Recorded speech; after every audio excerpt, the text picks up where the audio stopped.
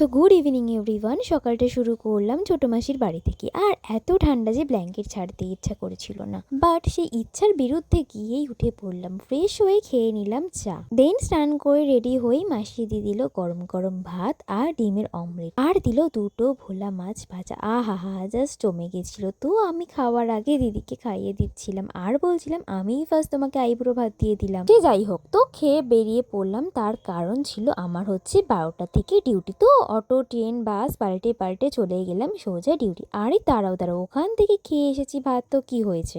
আবার এসেই আমার খিদে পেয়ে গেছিল, তো খেয়ে নিচ্ছিলাম মিষ্টি লুচি তরকারি।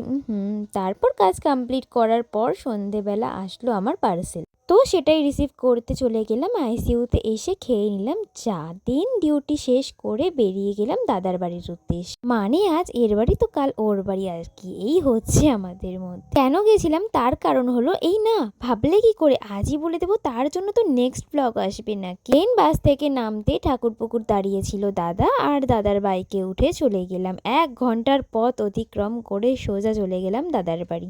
গিয়ে চেঞ্জ করে ফ্রেশ হতেই দেখছি দিদি নিয়ে এসেছিল চিকেন চাউমিন। তো খেয়ে নিয়ে সবাই একটু আড্ডা দিয়ে আবার বসে পড়লাম ডিনার করতে। তো খেতে খেতেই ভিডিওটা এন্ড করেছি। বাই।